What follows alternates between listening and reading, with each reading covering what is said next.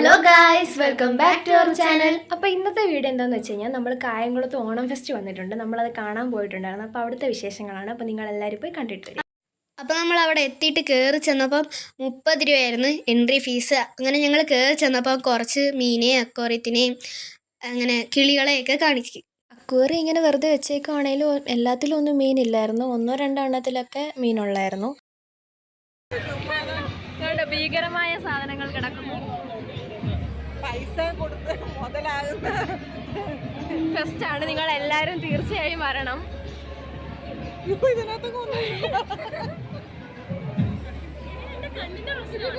കാണാൻ വന്നവരാരും പിടിച്ചോണ്ട് പോയതായിരിക്കും. ഇനി ഇവരറിയാൻ.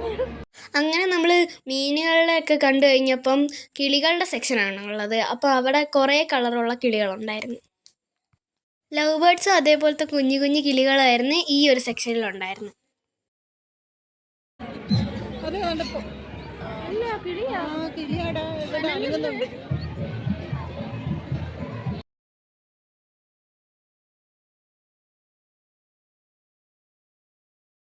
ഇനി അങ്ങോട്ടുള്ളത് പല പല കളറിലുള്ള വെറൈറ്റി തത്തകളായിരുന്നു കേട്ടോ. അതിനെല്ലാത്തിനെയും കാണാൻ നല്ല ഭംഗിയുണ്ടായിരുന്നേ. തത്തകളെയൊക്കെ കാണാൻ തുടങ്ങിയപ്പോൾ ഞങ്ങൾക്ക് കുറച്ച് സമാധാനമായി. വന്നത് വെറുതെ ആയില്ലെന്ന് ഞങ്ങൾക്ക് തോന്നി.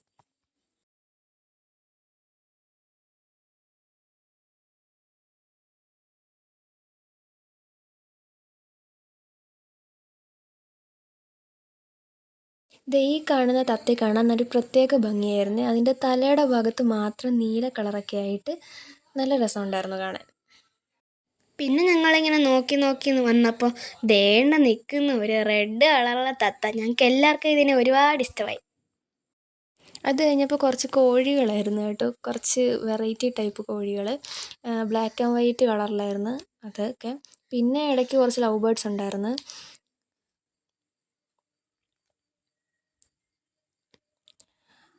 അത് കഴിഞ്ഞ് ഈ ഒരു കോഴി കണ്ടോ. ഇതാരും അവിടെ നിന്ന് പറഞ്ഞു തന്നു ഞങ്ങൾക്ക് പേർഷ്യൻ കോഴിയാണ്, അറിഞ്ഞുകൂടാ. പക്ഷെ നല്ല രസമുണ്ടായിരുന്നു ഇതിനെ കാണാൻ. പിന്നെ അതിൻ്റെ തൊട്ടപ്പുറത്ത് തന്നെ പേർഷ്യൻ ക്യാറ്റ് കിടപ്പുണ്ടായിരുന്നു. അതിനൊക്കെ ഭയങ്കര ജാട, നമ്മളൊന്നും നോക്കുന്ന പോലും ഇല്ല. പിന്നെ കുറേ പ്രാവുകളെ കണ്ട്. ബ്രൗണ്, വൈറ്റ്, ഗ്രേ കളറിലുള്ള പ്രാവുകളായിരുന്നു. പിന്നെ ഒരു കൂട്ടിലൊരു പട്ടിക്കുട്ടി കിടപ്പുണ്ടായിരുന്നു.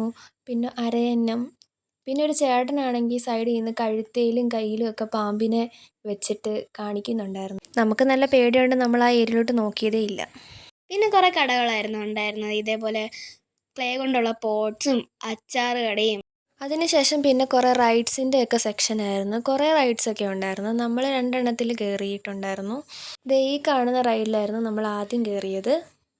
നമ്മൾ ടിക്കറ്റൊക്കെ എടുത്ത് അതിൻ്റെ അകത്ത് കയറി. നല്ല ടെൻഷനോടെയാണ് കയറിയെങ്കിലും നമ്മളതിനകത്ത് ചിരിച്ചോണ്ടാണ് ഇരുന്നത്. ഇപ്പോൾ കയറുന്ന ഐഡിയാണ് നിങ്ങൾ കണ്ടുകൊണ്ടിരിക്കുന്നത്. നമ്മൾ ടാറ്റൊക്കെ കാണിച്ച്, പിന്നെ ടാറ്റ കാണിച്ചത് മാത്രമേ അറിയത്തുള്ളൂ.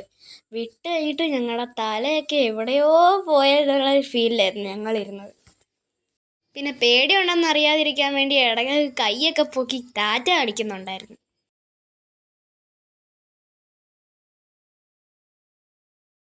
അത് കഴിഞ്ഞപ്പോഴത്തേക്കിന് ഞങ്ങളെല്ലാവരും കൂടി പോയി പാനിപൂരി കഴിച്ചു.